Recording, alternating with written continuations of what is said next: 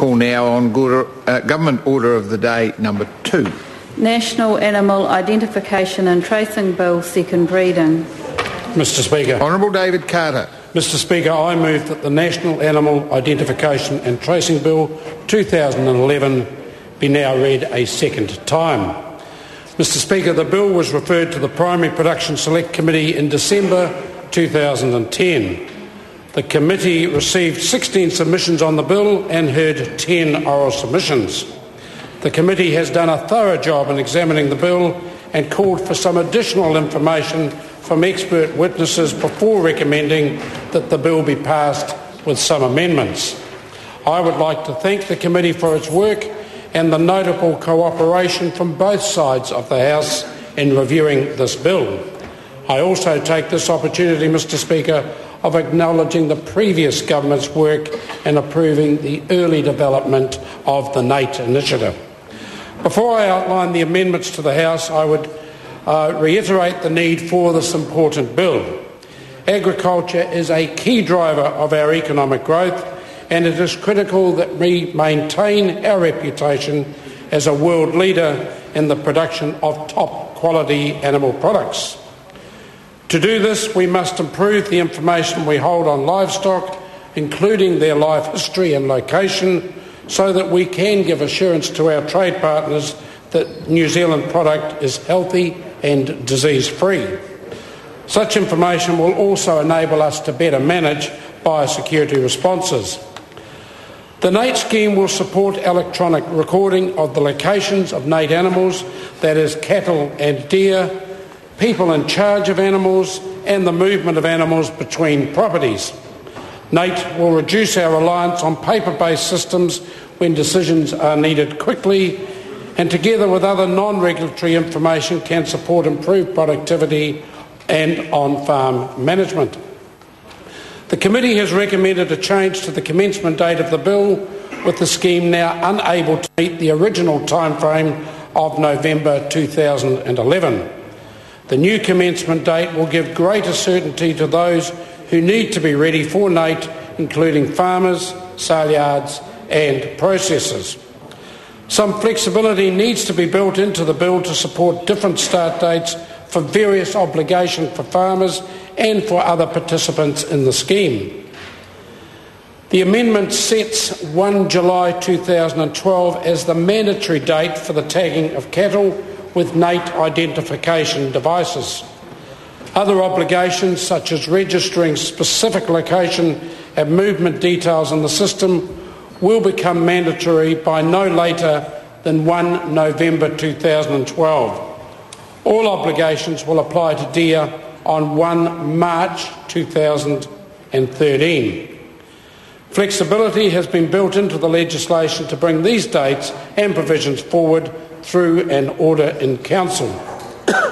A number of submitters were concerned that the process for designating the new NATE organisation, which will be responsible for running the NATE system, was overly complex.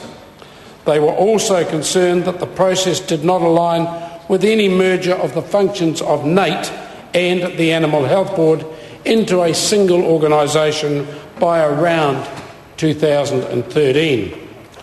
The committee has recommended that the relevant clauses are redrafted so that NATE Limited will continue to run the scheme until any new entity can be put in place.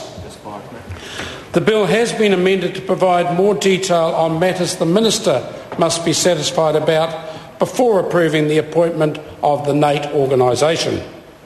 These include the capacity of the organisation and its agreement to operate on a not-for-profit basis. A further amendment has been made to give the Minister flexibility to act where necessary to preserve the integrity of the NATE scheme.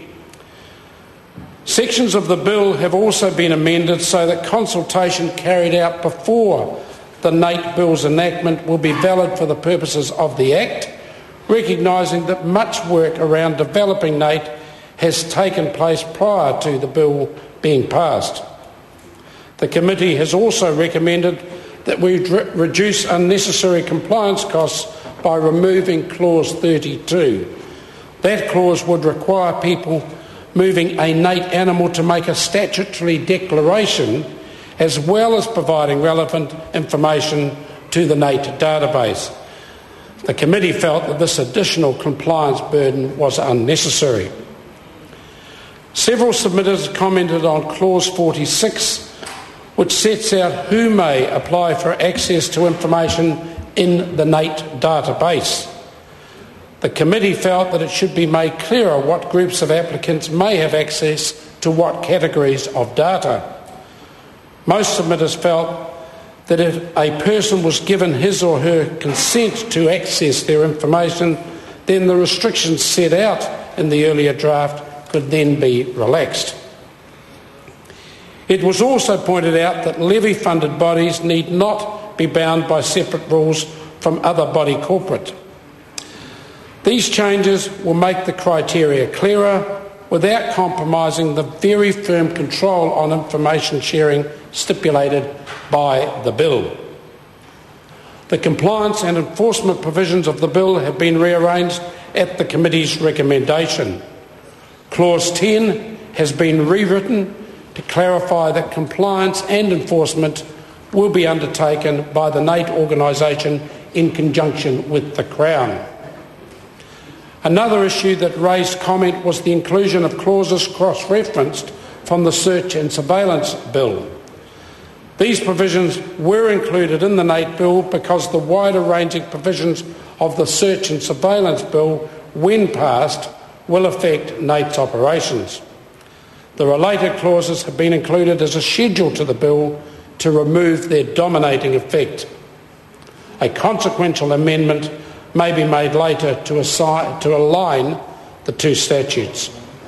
Mr. Speaker, one further amendment relates to the power to require a person to answer questions about their compliance with the NAIT Bill or regulations. While the regulations will provide exemptions from some of the general requirements set out in the bill, the people involved may still have valuable information to provide should there be a need to trace animal movements.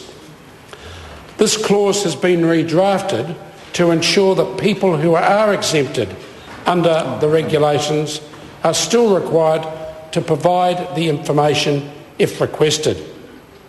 A further amendment to Clause 55 clarifies that a search warrant would be necessary to exercise the power to detain and search conferred by that clause.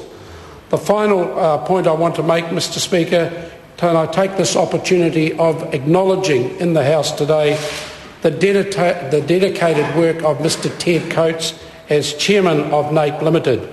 His full commitment to this role has been very much appreciated. I commend the National Animal Identification and Tracing Bill to the House. Question is that the motion be agreed to. Mr. Speaker. Dr. Ashraf Chowdhury. Thank you very much, Mr. Speaker, for this opportunity.